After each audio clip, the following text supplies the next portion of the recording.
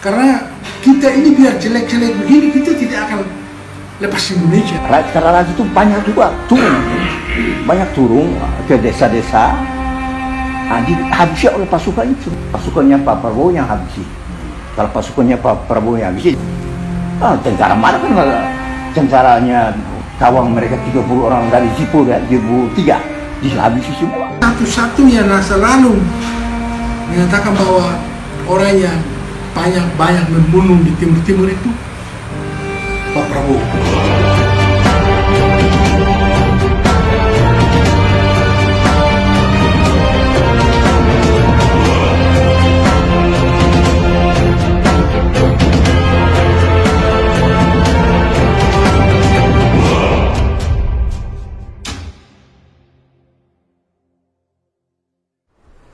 Pada tahun 1974, di Portugis terjadi revolusi Anyelir atau Carnation Revolution. Revolusi yang sering disebut juga sebagai revolusi bunga itu menghasilkan konstitusi baru yang membuat Portugis harus menarik kekuasaan di daerah-daerah jajahannya. Timor Timur yang saat itu berada di dalam kekuasaan Portugis pun diberikan hak untuk menentukan nasibnya sendiri. Dari kekosongan kekuasaan di Timor Timur tersebut, lahir beberapa partai. Di antaranya adalah UDT, Fretilin, dan Apodeti. UDT merupakan partai yang awalnya menghendaki Timor Timur merdeka, namun tetap di bawah naungan Portugis. Sementara itu, Fretilin menginginkan Timor Timur merdeka di bawah kaki sendiri, sedangkan Apodeti menginginkan integrasi dengan Indonesia. Perbedaan tujuan dari partai-partai membuat konflik internal tidak bisa dihindarkan, dan pertumpahan darah pun terjadi. Fretilin menjadi partai yang dipandang berhaluan komunis oleh beberapa pihak, salah satunya Amerika. Saat itu, Amerika, Inggris, dan Australia mendukung Indonesia untuk masuk ke Timor Timur dan menahan pertumbuhan komunis di Asia Tenggara.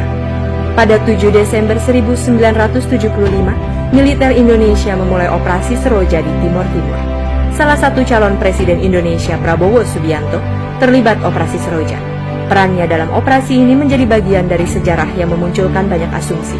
Namun, sebenarnya apa peran Prabowo Subianto dalam operasi Seroja? Kita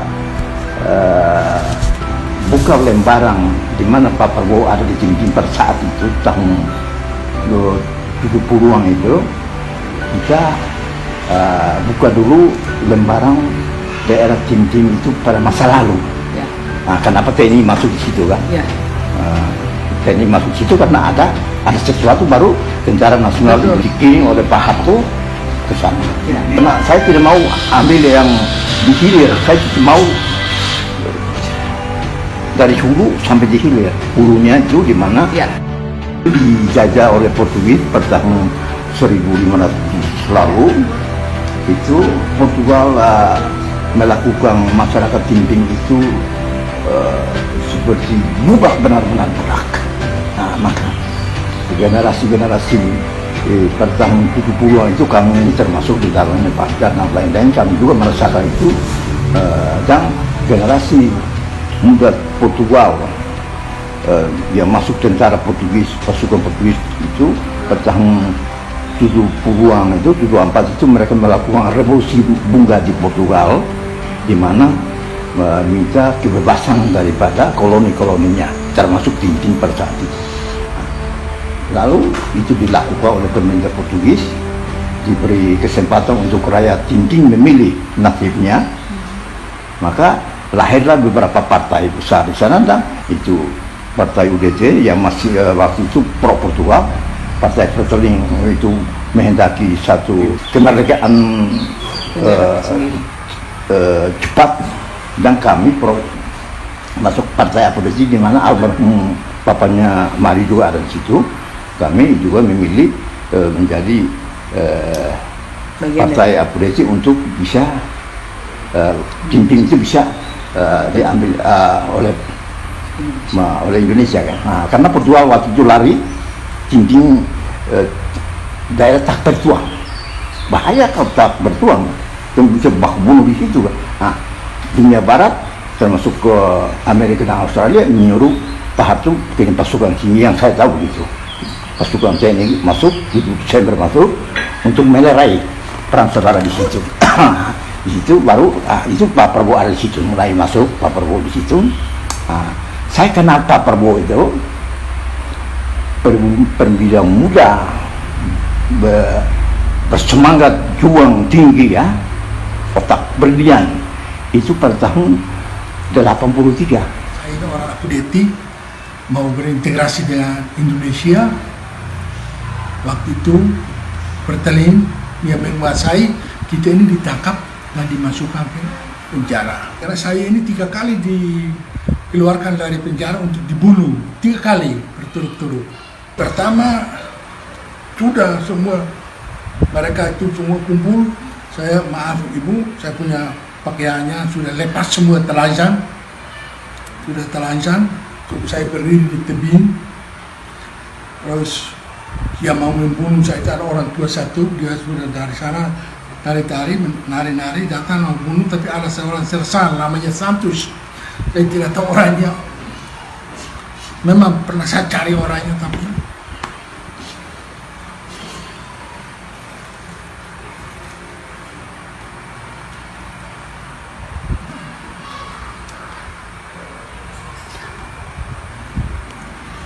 dia yang menyelamatkan saya.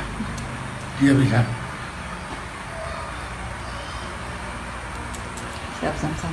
jangan bunuh orangnya dulu. Ya, orang itu harus diadili dulu, lihat dulu kesalahannya dia, salah apa, baru dibunuh. Kalau kalian bunuh dia sekarang, kalian juga saya tembak. Akhirnya saya tidak dibunuh, dikasih lagi kain sarungnya satu saya pakai, saya diikat tangannya, dibawa ke kota, kecamatan. Di situ dimasukkan lagi ke penjara, dimasukkan ke di sana selama 3 malam. Malamnya mereka kumpul sepakat lagi bahwa saya harus dibunuh pagi-pagi jam 8 untuk kasih naik bendera dengan kepala saya itu ikat sama bendera untuk dinaikkan. Dan saya dimasukkan di itu kamar kecil itu. Ada satu orang rakyat yang datang ketok jendelanya, dia bilang, Bapak berdoa karena besok pagi mereka mau bunuh Bapak. Saya pesan sama dia, kamu tolong kasih tahu sama, setelah dibunuh kamu kasih tahu sama teman keluarga supaya saya punya ini barang itu jasa saya kubur di atas bukit itu ya, supaya nanti kalau keluarga datang kamu kayak tujuh, oh ya baik, Bapak berdoa aja. Tapi mungkin karena tidak, setelah kira-kira jam 2 pagi ada perintah dari Presiden Fretilin di Dili, itu namanya Francisco Xavier, perintahkan bahwa seorang tahanan namanya Vidal Sarmiento itu jangan dibunuh, dia harus diadili dulu. Dan kalian ini harus segera keluar dari harus segera pulang, jangan ambil. Akhirnya saya nunggu sampai jam 8, tahu orang yang ribuan orang itu sudah tidak ada. Yang teriak apa semua sudah tidak ada. Itu saya tanya, kenapa mereka sudah pulang semua. Nah, yang ketiga kali itu sudah bawa saya, mereka bertiga dengan senjata sudah bawa saya ke tempat tunan untuk ditembak.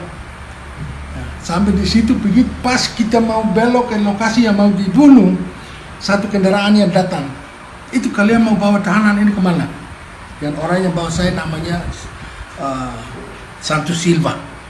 Kalian mau tahanan ini kemana? Nah, kita mau kasih mandi. Ini tahanan ini kita mau jemput dia sekarang juga harus bawa kemana tutup. Saya berarti 3 kali saya tidak akan mati lagi itu. Saya pikir begitu. Akhirnya saya dimasukkan ke dalam mobil dan langsung dibawa ke Kabupaten Manatutu. Saya ditahan di sana selama mulai dari bulan Agustus, September, Oktober, November, dan 75. Kita di sana selama di tahanan sama-sama teman yang lain. Saya hanya beritahu bahwa kalian doa aja. Ya, kalian berdoa supaya jangan ada yang ganggu. Yang penting saya jangan mati duluan, karena saya mati duluan kalian pasti habis. Ya, akhirnya kita sama-sama kompak.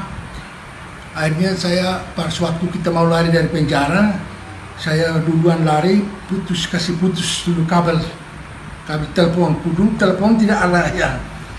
Telepon ya kabel. Saya kasih putus semua ke hubungan ke kabupaten itu sudah tidak bisa. Malam jam 9 malam saya yang duluan, yang lain ikut lari. Pagi-pagi mereka cari kita sudah tidak ada. Akhirnya yang lain karena tidak tahan menyerah kembali kepada Fretilin, hanya saya sendiri yang bertahan di hutan. Ya, 8 bulan sendiri, tidak ada lagi satu pun. Sampai pasukan datang saya turun. Saya ketemu dengan Pak Prabowo ini di Suipala, dengan Pak Yunus Sufian, ya, Pak Mahidi Simbolon, Pak Tono Suratman, waktu itu beliau ini Pak Yunus yang pimpinan. Beliau ini perwira muda semua, ya, tahun 75 ke 76. Operasi Seroja juga membuat militer harus menyisir berbagai wilayah di Timor Timur untuk menghadapi berbagai perlawanan. Perjalanan dalam memasuki setiap wilayah membuat para militer harus menghadapi berbagai tantangan. Setelah kita masuk ke Kararas di Bikeke di daerahnya Palafaik ini, kabupaten yang lain lagi, kabupaten Palafaik, kita masuk ke sana, sudah kita masuk Kararas. Tidak ada lagi. Masyarakat Kararas itu sudah lari semua ke hutan. Rumah-rumahnya sudah habis terbakar. Kita kembali ke Hosu, ke Bikeke, ke kota. Bapak bilang begini, bagaimana Pak Bida? Oh, Bida, bagaimana kita berdua ke Dili? Saya bilang, siap. Bagaimana? Oke. Tapi waktu itu saya sendiri, sampai sekarang ini kalau saya duduk dan kembali itu, saya bilang, ini hanya orang gila yang bisa itu. Kalau orang biasa, orang normal tidak mungkin. Karena waktu itu satu kendaraan itu tidak mungkin bisa lolos. Pasti diserang, pasti habis. Pasti dihalang itu. Maka itu minimal itu berapa kena sampai puluhan kendaraan dan tangki ya. Pengawal itu pertama satu di depan, satu di tengah, satu di belakang, baru mobil-mobil yang lain itu di tengah. Tapi kalau satu aja itu tidak ada cerita itu bisa lolos. Tapi beliau tanya, bagaimana? Bisa atau tidak? Saya bilang, Pak, sebentar ya. Saya panggil dulu anak buah saya. Anak buah saya namanya Olomau. Ya, Olomau, sini. Kamu coba makan. Makan ciri. Kamu bikin dulu. Bagaimana saya dengan Bapak? Oh, kalau hari ini kamu berangkat ke Dili, bagaimana? Bisa atau tidak? Dia makan. Pak, jangan terbuka. Ciri Pinang, makan ciri Pinang. Pak, Bapak aman. Kamu harus coba 3 kali. Sudah 3 kali, oke, saya lapor Bapak. Kita jalan sudah. Oke. Saya bawa mobil, Prabowo di samping. Nah, saya panggil anak buah saya 4 orang yang ikut. Kita sampai di Kabupaten Manatutu dan di Badanion, semua itu bingung dan tidak tahu mau ngomong apa. Tidak percaya. Dia bilang tidak mungkin, Papa. Kita berangkat dari Rusuh jam 8 waktu itu jalannya ucap. Kita sampai di Dili jam 6 sore. Tapi di samping saya ada Black Label itu. Problem. Kamu ini minum terus. Saya bilang, kalau Bapak tidak minum, biar saya minum supaya Fretilin lihat kita juga takut. Bapak bilang, kamu ini minum terus. Harus begini, kalau tidak, wah, kita diserang Fretilin nanti. Kita mati semua. Kamu alasannya terlalu banyak. Sudah sampai di Dili, Bu. Itu dimarahi oleh Panglima, dimarahi dan Rem. Kok bisa ke apa yang masuk di otaknya kalian berdua? Kok bisa pakai kendaraan satu dari Bikeke sampai di Dili? Itu tidak mungkin bisa. Langsung pagi-pagi dan Rem Panglima perintahkan kita pakai heli. Tidak boleh lagi pakai kendaraan. Heli langsung kita terbang kembali ke Husu. Gejolak yang ada di Timor Timur tak luput dari wilayah Kararas. Pada berita yang tersebar, Prabowo Subianto diduga terlibat dalam pembantaian di wilayah tersebut. Namun, benarkah nyawa penduduk Kararas hilang di tangan Prabowo? Rakyat saya, daerah saya bergejolak, berontak itu baru saya dengar bahwa menantunya Pak Harto ada di diri. Menantunya Pak Harto ada di diri, saya ada di diri juga, saya ada di diri. Saya cari Pak Prabowo itu. Beliau waktu itu jabatannya sebagai waktu Badan Den 81. Saya mengundang beliau karena daerah saya sudah bergejolak, ya, sudah berontak. Rakyat sudah berontak. Saya sendiri mau bertahan, rakyat sulit kan, karena pasukan banyak. Pasukan akan membunuh semua masyarakat saya pikir begitu. Maka saya cari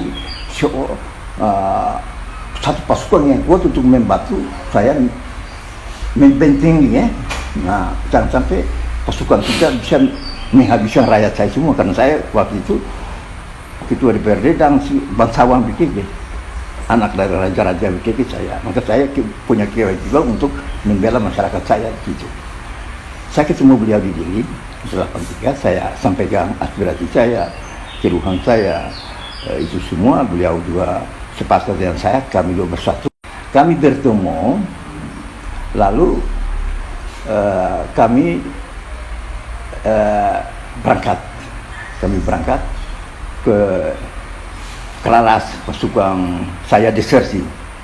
Kelaras ini karena pasukan saya melakukan desersi. Anggota saya itu dibujuk oleh Sanana untuk melakukan desersi dan melakukan pembunuhan, itu semua melakukan desersi ke hutan. Itu saya tahu karena ada teman saya dari Los Palos, Zoe Conceição, dia cerita semua ke saya bahwa mereka ini dulu di hutan rapat untuk membujuk masyarakat saya di Kelaras berontak itu. Nah, maka berontaklah masukkan saya di Kelaras. Nah, saya minta bantuan Pak Prabowo, kami dua ke sana, kami masuk di Kelaras. Memang saya dan Pak Prabowo juga masuk, kosong, rakyat tidak ada. Sudah lari semua ke hutan, tapi saya suruh masyarakat yang ikut saya, pasukan saya itu, bawa surat, bawa Komandan Lafaik, nama saya Lafaik. Nah, Komandan Lafaik sudah ada di sini, Komandan Prabowo juga sudah ada di sini. Mereka dua siap untuk menjemput kalian aman. Akhirnya mereka turun pertama sekitar 40 orang. Nah, sama sekdesnya, sekretaris desanya itu. Turun. Wah, saya senang, Prabowo juga senang, kami terima mereka, kami wawancarai mereka, kenapa bisa terjadi begitu, itu semua. Lalu mereka sekdes itu kirim ke Dili, masyarakat yang lain kita kirim ke ibu kota Kabupaten PKK.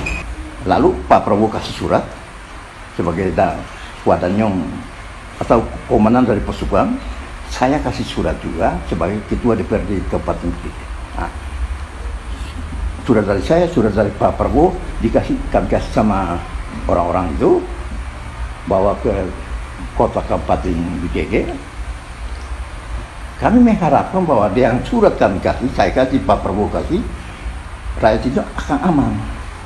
Sampai di PKK, surat itu mereka kasih pun tentara kita robek, lalu suruh bunuh semua orang yang batalion lain, bukan kelas kami, bukan dari Pak Prabowo atau dari pasukan saya.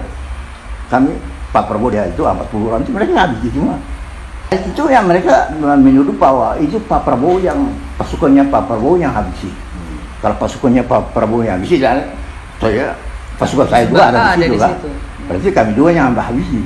Maka mereka bilang beliau itu bunuh rakyat di Kelaras gitu. Saya dengan beliau datang ke Kelaras itu sudah kosong, manusia satu pun tidak ada. Itu bekas rumah itu sudah terbakar habis, tidak ada manusia. Sudah lari semua ke hutan, kita yang ikut dengan beliau sama pasukannya, kan kita rapat di sana. Beliau yang selamatkan rakyat yang dari Kelaras itu. Kalau bukan beliau, rakyat Kelaras habis. Maka jangan sampai ada orang yang bilang beliau itu membunuh. Saya berani di mana saja. Jangan karena saya ini dekat dengan beliau. bukan karena itu. Tapi saya berani, saya tanggapi bahwa tidak pernah beliau disuruh. Saya bersedia untuk memberikan kesaksian bahwa Pak Prabowo itu tidak pernah membunuh orang. Dan semua musuh atau ya KPK yang ditangkap atau Fretilin yang ditangkap, tidak ada yang dipukul atau tidak ada yang dibunuh, karena beliau kalau tahu anak buah yang memukul tahanannya itu langsung beliau barat atau langsung dipukul oleh beliau, anak buahnya dipukul oleh beliau, bahwa beliau tidak mau disakiti oleh anak buahnya terhadap musuh. Jika Prabowo tidak membunuh rakyat Kararas, lantas di mana keberadaannya pada saat itu? Saya lihat Pak Prabowo masih di hutan, masih cari yang lain-lain untuk turunkan semua. Nah, kami jengkel karena kami susah payah, Pak Prabowo dan saya susah payah untuk menyelamatkan mereka, kok dihabisi oleh pasukan. Nah, itu tidak bisa. Nah, lalu rakyat Kararas itu banyak juga turun ke desa-desa, dihabisi oleh pasukan itu banyak. Namanya akhirnya rakyat Kararas rakyat saya itu yang berontak itu kami tempatkan bukan Pak Prabowo yang tempat, saya bupati camat-camat di sana, kami tempatkan di satu daerah di pinggir pantai. Lalu camp itu lokasi itu mereka, saya tidak tahu siapa yang namakan, mereka namakan kampung janda. Akhirnya janda semua ada di situ. Suami laki-laki itu dihabisi semua oleh pasukan. Nah memang di gereja waktu itu, gereja di Cimping itu dengar berita begini, dia marah. Uskup apalagi bilang, oh ini mungkin Prabowo yang habisi ya. Uskup Belo juga benci saya sekali ya. Mungkin ya Prabowo lafaz mereka yang habisi kan, habisi digoreng di dalam maupun di luar negeri digoreng. Nah, akhirnya untuk menyalahkan Pak Prabowo yang untung sekali saya bisa ketemu Pak Prabowo di pada tahun 83 itu, saya bisa bawa beliau di BKK, akhirnya rakyat BKK itu, rakyat saya itu bisa selamat. Kalau tidak ada, saya tidak putar otak untuk mencari Pak Prabowo di tahun 83 itu, waktu saya pertama kali kenal pasukan tidak akan takut saya, pasukan lawan siapa lu? Rakyatmu sudah bunuh pasukan saya, 30 orang pasukan Indonesia, 30 orang dibunuh secara kejam itu. Mereka bunuh, potong ini semua. Nah, tentara marah dong, tentara marah, teman-temannya tentara yang lain marah, maka dihabisi rakyat itu. Nah, saya cari Pak Prabowo untuk bisa, Pak Prabowo pasti karena saya lihat Pak Harto di belakang ya, dan Pak Mitro ya, pasti pasukan takut. Pak Prabowo pasti berteriak marah kan. Akhirnya benar, Pak Prabowo marah, tahu bahwa pasukan itu bunuh rakyat PKK banyak. Pak Prabowo marah, Dandim sana, Dandim PKK pada saat itu marah. Kamu di sini disuruh tugaskan untuk membela masyarakat sini, kok kamu biarkan masyarakat ini dibunuh oleh tentara, marah. Saya sama beliau selamatkan rakyat PKK pada itu. Tanpa Pak Prabowo, rakyat PKK habis. Saya tahu. Tentara marah kan, tentaranya kawan mereka 30 orang dari Jipo 3 dihabisi semua. Siapa? Kalau saya pun, kalau anggota saya dihabisi, saya akan habisi yang menangis. Maka saya sudah tahu begitu. Saya cari Pak Prabowo, akhirnya rakyat bisa diselamatkan. Itu karena ada Pak Prabowo. Kalau tidak ada Pak Prabowo waktu itu, habis. Habis, kalau waktu itu habis, mungkin saya marah, saya berontak juga. Rakyat saya dihabisi, saya berontak. Sampai saya mau berontak itu, nanti kita sampai di sana. Untung Pak Prabowo juga ada di situ. Akhirnya saya bisa, Pak Prabowo bisa mendamaikan saya dengan TNI. Menjadi militer tak lantas menjadikan Prabowo bertangan besi. Ia memberikan dedikasi pada profesionalitasnya sebagai pembela negara, tetapi tetap menegakkan sisi kemanusiaan dan menyertakan hati nurani dalam tugas-tugasnya. Albino itu dia di kampus Ibarat, dia Fretilin. dia pengawal khusus Sanana, ya. Dia ditangkap oleh Pak Prabowo dan sekarang masih hidup.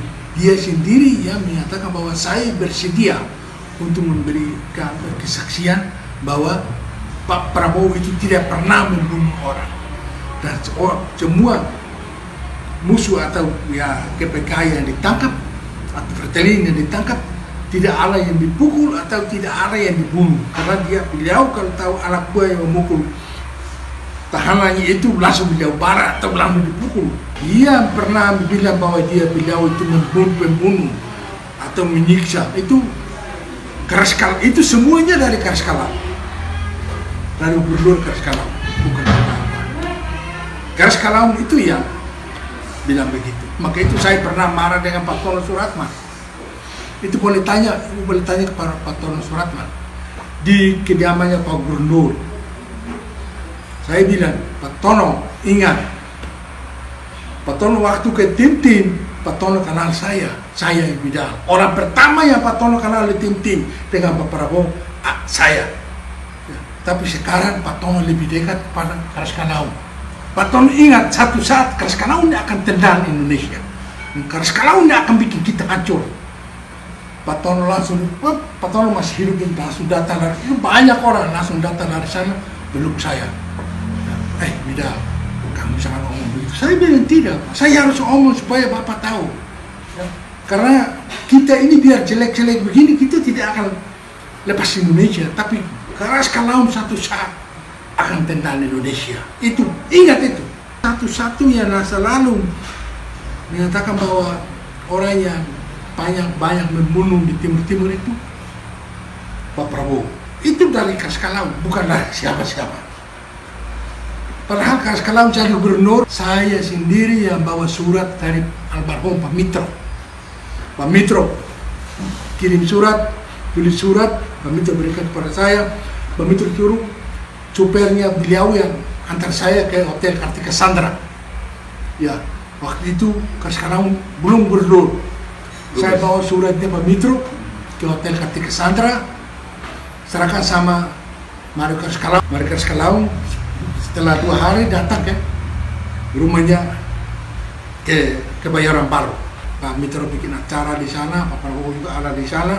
Di situ yang saya tahu bahwa Pak Kaskalau minta untuk cari gubernur di Timur-Timur, itu saya dengar hadir, minta sama Pak Mitro untuk Pak Mitro bisa bantu urus supaya dia cari gubernur di Timur-Timur. Dia akhirnya yang menjatuhkan Pak Prabowo. Ya, yang selalu menyatakan bahwa Pak Prabowo itu membunuh apa segala macam, padahal tidak seperti mereka katakan. Maka saya bilang, tolong ya, orang yang bilang Pak Prabowo membunuh itu, tolong saya mau berhadapan dengan dia. Kira-kira siapa orangnya? Ya, yang Pak Prabowo suruh bunuh. Di mana yang Pak Prabowo suruh bunuh? Di mana yang Pak Prabowo pukul? Tolong, saya siap. Yang membantu yang kalau Pak Prabowo tugas di mana yang ada gereja, itu dekat dengan gereja, itu langsung beliau minta tanya sama pastor, kira-kira apa yang saya bisa bantu untuk perbaiki sini gereja ini, apakah mau dicat atau bahan yang apa, beliau langsung masih dengan pangkat kapten itu sudah mulai bantu. Maka kalau ada supirnya yang tabrak anjing, itu sama-sama saya anjing. Supir pertama dia ajar dulu supirnya.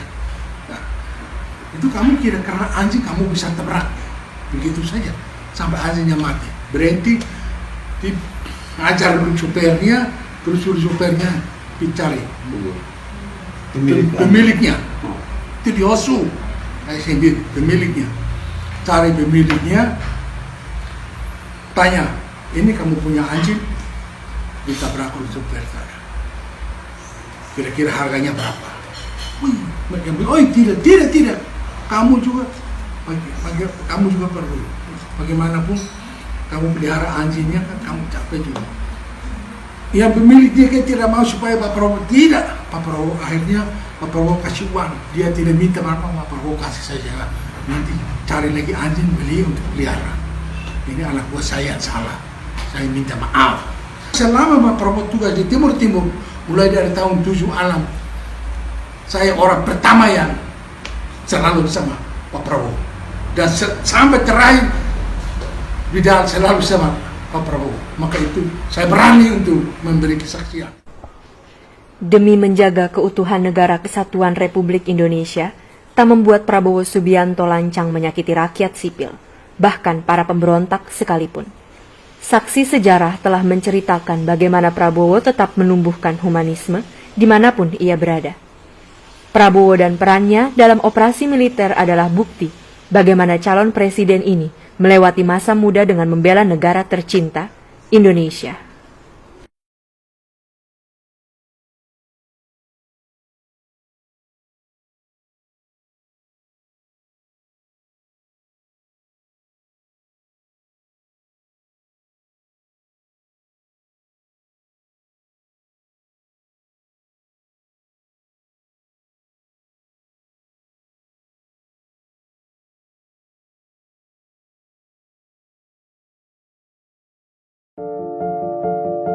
Audio Jungle.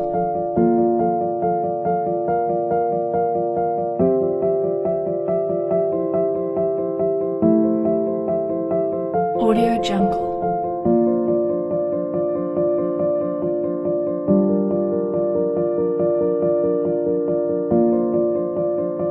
Audio Jungle.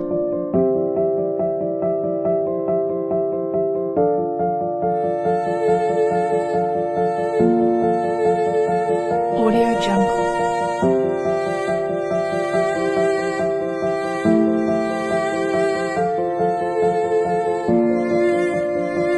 Audio Jungle.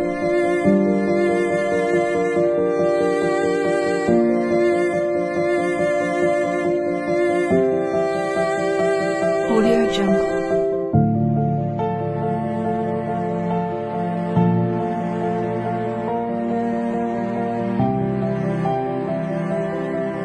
Audio Jungle.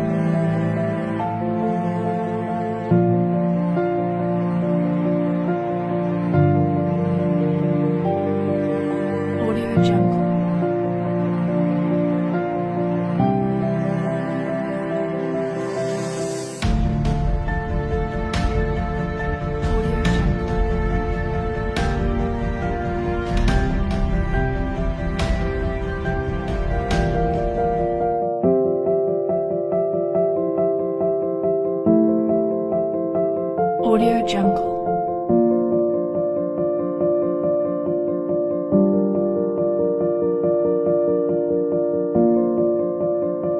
Audio Jungle.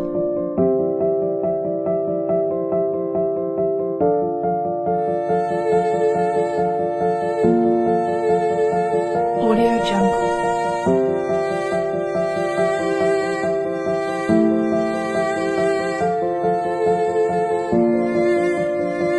Audio Jungle.